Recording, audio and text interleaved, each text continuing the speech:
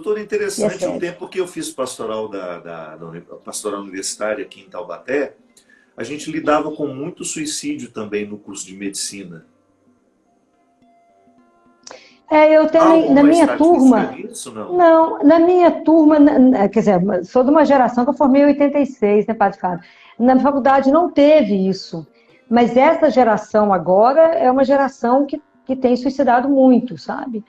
Mas eu não vi nenhum estudo assim linkando. Claro que a gente lida muito com o sofrimento, mas tem meninos que estão começando a faculdade, estão nos primeiros períodos, né? Estão fazendo anatomia humana ainda, né? Ainda não viveu o dilema da dor, do sofrimento, de verdade, né, pá? Porque ele não é teoria, não, né? É de verdade.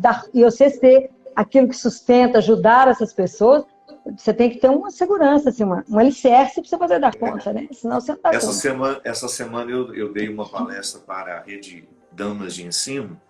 Aliás, é uma congregação que eu admiro muito, são religiosas que trabalham com educação, colégios no Brasil todo, e eu falava justamente sobre isso. Olha, alguém me perguntou, padre, como é que nós podemos, por meio da educação, interferir de forma positiva no resultado final do mundo?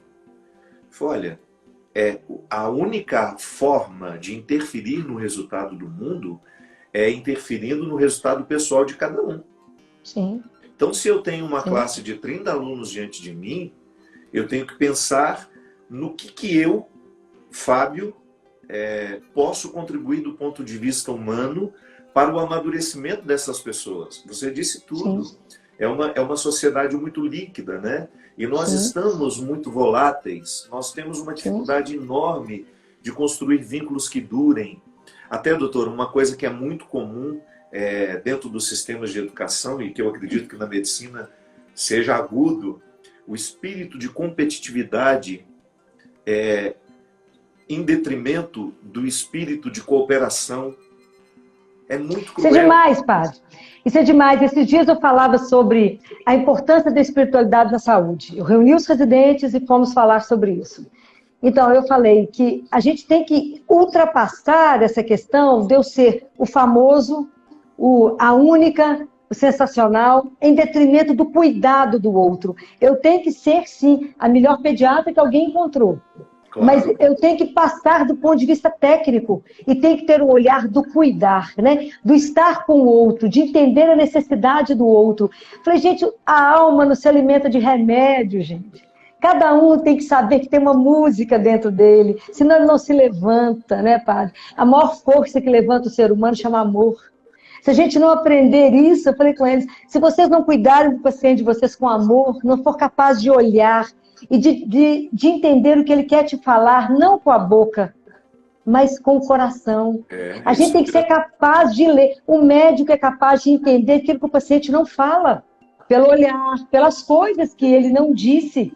Quantas coisas que não são ditas e que a gente deixa passar e eu falo, não pode.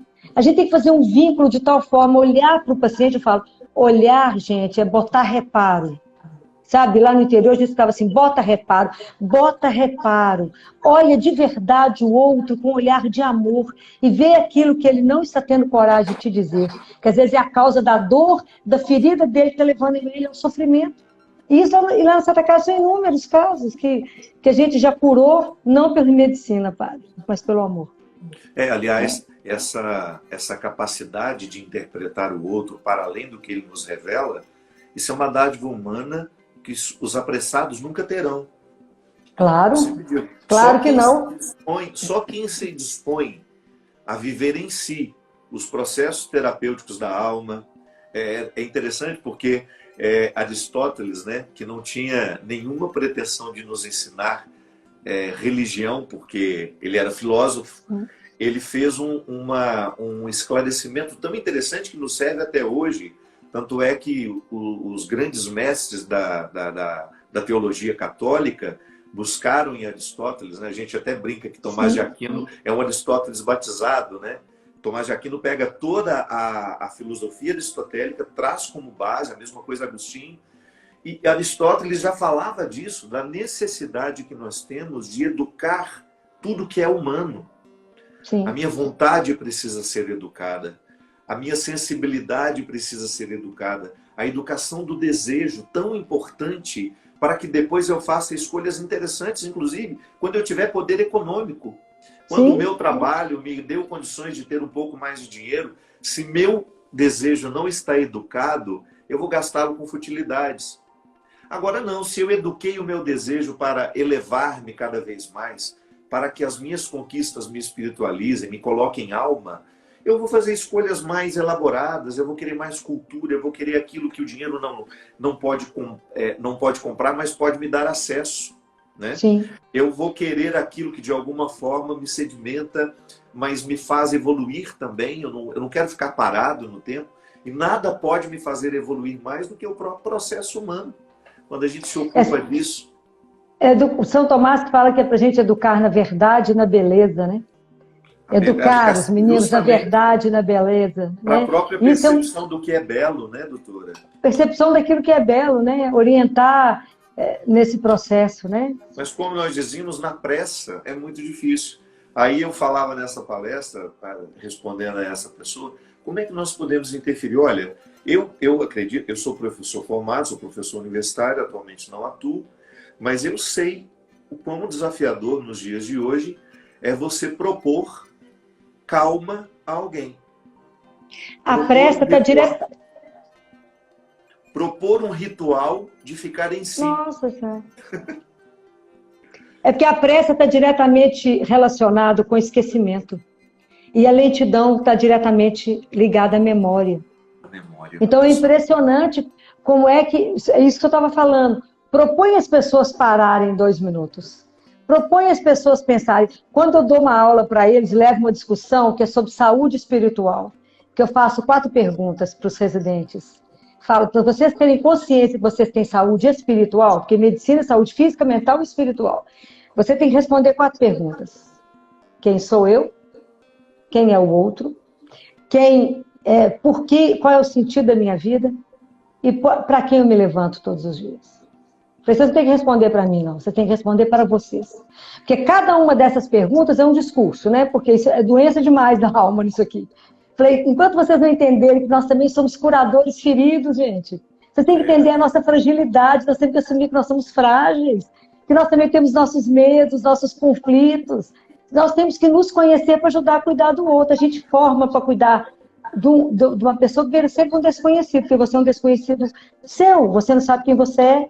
Eu falo, vocês estão tão treinados que quando alguém pergunta assim, quem você é? Você fala, eu sou médico. Falei, depois que eu te perguntei, né, a profissão que você exerce.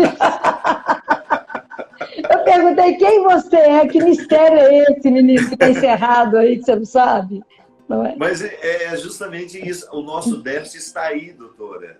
Está faltando ambiência para que essas perguntas sejam feitas e elas sejam devidamente respondidas.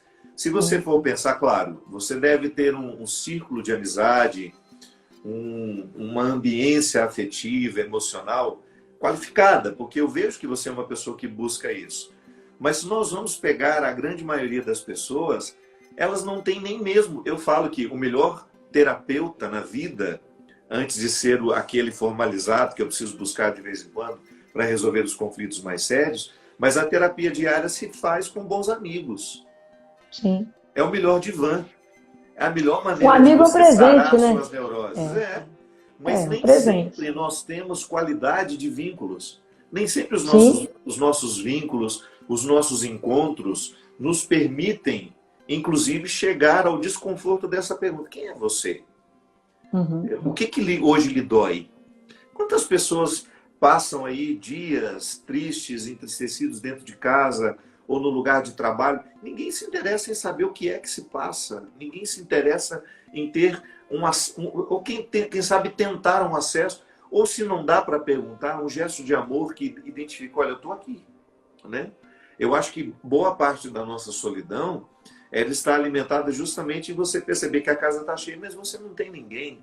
Verdade! Que isso é muito triste, Padre Fábio. Misericórdia! Sabe uma outra coisa que eu percebo muitas pessoas, mas eu sou muito observadora, talvez a medicina tenha me feito muito observadora, que além do olhar das pessoas, é a forma de andar. Porque tem os residentes que quando entram no CTI, eu falo, o que aconteceu com você hoje? Como é que você percebe? Como é que é essa linguagem? É a forma de andar, padre. Assim, A pessoa, quando ela se sente amada, e ela tem certeza que é amada, ela tem um passo seguro, ela tem um passo firme, ela não titubeia. Por que a criança dorme bem? Porque ela sabe que é amada. Por que esse povo tem tanto distúrbio de sono? Eu falo que vocês não sabem que são amadas, por isso que vocês vivem tão desorientados.